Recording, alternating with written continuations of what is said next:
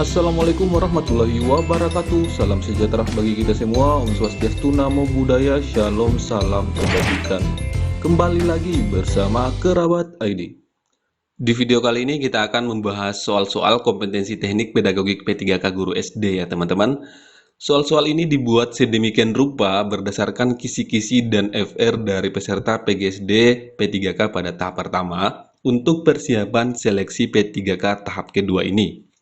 Sebagaimana kita ketahui bersama, materi tes kompetensi teknik pedagogik ditunjukkan untuk mengukur bagaimana kemampuan seorang calon P3K guru SD dalam menerapkan teori belajar, merencanakan pembelajaran dan kemampuan teknis pengelolaan kelas, serta kompetensinya dalam melaksanakan program evaluasi.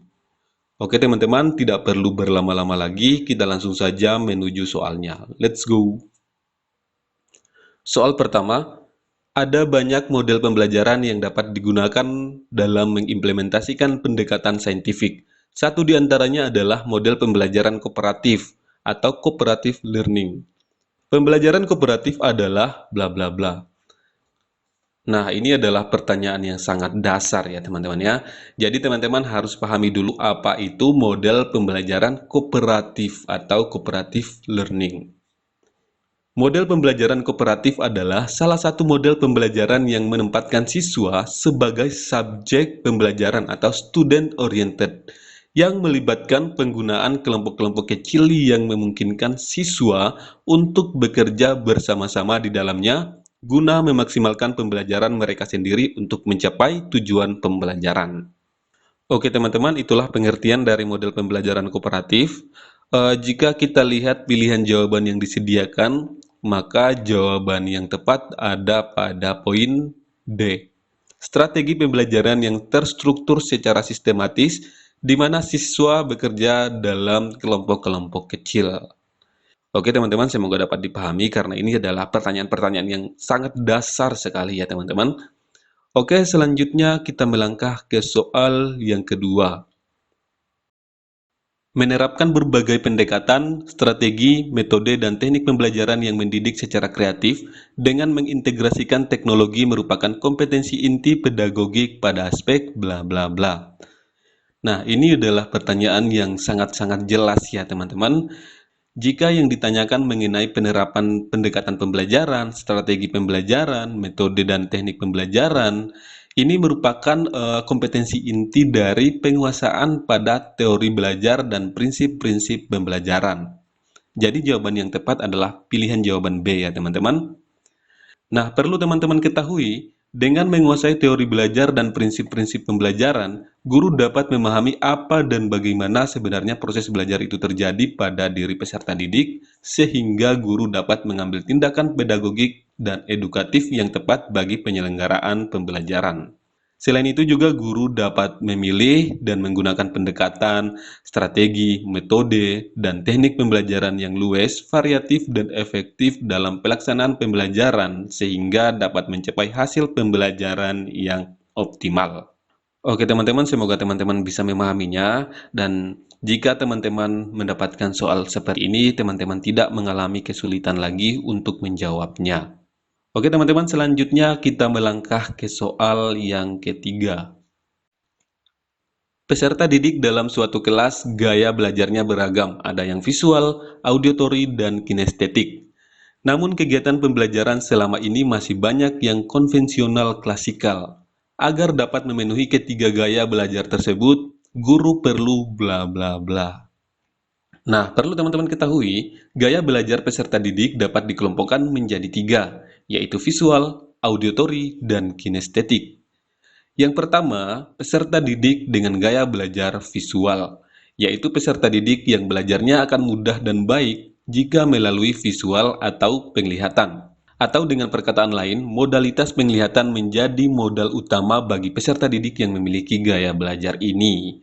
Jadi, seorang pendidik atau seorang guru ketika akan melakukan proses pembelajaran perlu menggunakan media visual seperti gambar, poster, diagram, PowerPoint, peta konsep, video, multimedia, televisi, dan sebagainya. Di samping itu juga peserta didik dapat diajak untuk melakukan observasi atau mengunjungi tempat-tempat seperti museum dan tempat-tempat peninggalan sejarah lainnya. Kemudian yang kedua, peserta didik dengan gaya belajar auditory. Ini merupakan peserta didik yang mempelajari sesuatu akan mudah dan sukses melalui pendengaran. Peserta didik yang bergaya belajar auditory ini akan menyukai penyajian materi pembelajaran melalui ceramah dan diskusi. Oleh karena itu, seorang pendidik atau guru dalam melakukan proses pembelajaran, selain melakukan presentasi atau ceramah, juga dapat menggunakan media rekaman seperti kaset atau CD audio pembelajaran ya. Kemudian peserta didik juga bisa diajak untuk berpartisipasi dalam diskusi. Kemudian juga dapat mengupayakan suasana belajar yang jauh dari kebisingan atau keributan. Dan guru juga dapat menggunakan musik untuk mengajarkan suatu topik materi pembelajaran tertentu. Nah, kemudian yang ketiga, peserta didik dengan gaya belajar kinestetik. Nah, ini adalah peserta didik yang melakukan aktivitas belajarnya secara fisik dengan cara bergerak, menyentuh atau meraba, dan melakukan. Oleh karena itu, jika seorang guru atau pendidik menghadapi peserta didik dengan gaya belajar seperti ini, maka dalam proses pembelajarannya itu harus dapat menggunakan objek nyata untuk belajar konsep baru, dan bisa juga mengajak peserta didik untuk belajar mengeksplorasi lingkungan.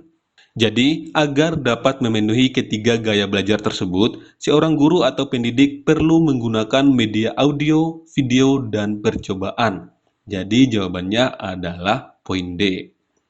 Nah, media audio adalah untuk peserta didik yang memiliki gaya belajar auditory, dan media video adalah untuk peserta didik yang memiliki gaya belajar visual, dan media percobaan adalah untuk peserta didik yang memiliki gaya belajar kinestetik. Oke teman-teman, semoga dapat dipahami. Selanjutnya kita melangkah ke soal yang keempat. Pada saat mempersiapkan pembelajaran, seorang guru dapat menyusun strategi pembelajaran dan menentukan media yang akan digunakan dalam pembelajaran tersebut. Kemampuan dasar yang harus dimiliki seorang guru terkait dengan keterampilan memilih media pembelajaran adalah bla bla bla. Oke teman-teman, jadi teman-teman pahami baik-baik pertanyaannya. Yang ditanyakan di sini adalah kemampuan dasar yang harus dimiliki seorang guru terkait dengan keterampilan memilih media pembelajaran. Oke teman-teman, mari kita lihat masing-masing pilihan jawaban yang disediakan. Poin A, guru menyesuaikan dengan materi pembelajaran. Nah, kayaknya ini kurang cocok ya teman-teman ya. Coba kita melangkah lagi ke poin B, guru harus menyesuaikan diri dengan kemampuan sekolah. Ini kayaknya tidak ya, tidak. Kemudian poin C, guru harus mengetahui latar sosial budaya siswa dan sekolah. Ini juga tidak ya teman-teman. Kemudian poin D, guru mengetahui cara mengevaluasi pembelajaran dengan media. Nah, ini tentu jelas-jelas tidak ya teman-teman ya. Dan kemudian poin E, guru harus memahami karakteristik dari media pembelajaran tersebut. Nah, ini jawaban yang paling sesuai ya teman-teman ya. Jadi seperti yang saya bilang tadi, teman-teman pahami baik-baik soalnya, pahami baik-baik pertanyaannya. Nah, yang diminta di sini adalah kemampuan dasar yang harus dimiliki seorang guru terkait dengan keterampilan memilih media pembelajaran. Jadi, dalam memilih media pembelajaran, hal dasar yang harus dimiliki oleh seorang guru adalah memahami karakteristik dari media pembelajaran yang akan digunakan. Jadi jawabannya adalah E ya teman-teman ya. Oke teman-teman, semoga dapat dipahami. Selanjutnya kita melangkah ke soal yang kelima. Apabila peserta didik belum siap untuk melakukan keterampilan berpikir tingkat tinggi, maka strategi yang dilakukan guru adalah bla bla bla. Nah, hal yang perlu diperhatikan dalam mengembangkan kemampuan berpikir tingkat tinggi terletak pada konten atau materi pembelajaran dan konteks peserta didik. Apabila peserta didik belum siap untuk melakukan keterampilan berpikir tingkat tinggi, maka perlu dibangun terlebih dahulu jembatan penghubung antara proses berpikir tingkat rendah menuju berpikir tingkat tinggi. Nah, caranya adalah dengan membangun skema dari pengetahuan awal yang telah diperoleh sebelumnya dengan pengetahuan baru yang akan diajarkan. Setelah terpenuhi, maka guru perlu mempersiapkan sebuah situasi nyata yang dapat menstimulasi proses berpikir tingkat tinggi dengan menciptakan dilema, tantangan, dan ambiguitas dari permasalahan yang direncanakan akan dihadapi oleh peserta didik. Nah, itu ya teman-teman ya. Jadi, jika kita lihat pilihan jawaban yang disediakan ini, maka pilihan jawaban yang sesuai adalah pilihan jawaban E. Membangun terlebih dahulu jembatan penghubung antara proses berpikir tingkat rendah menuju berpikir tingkat tinggi. Oke teman-teman ya, semoga dapat dipahami. Selanjutnya kita melangkah ke soal yang keenam.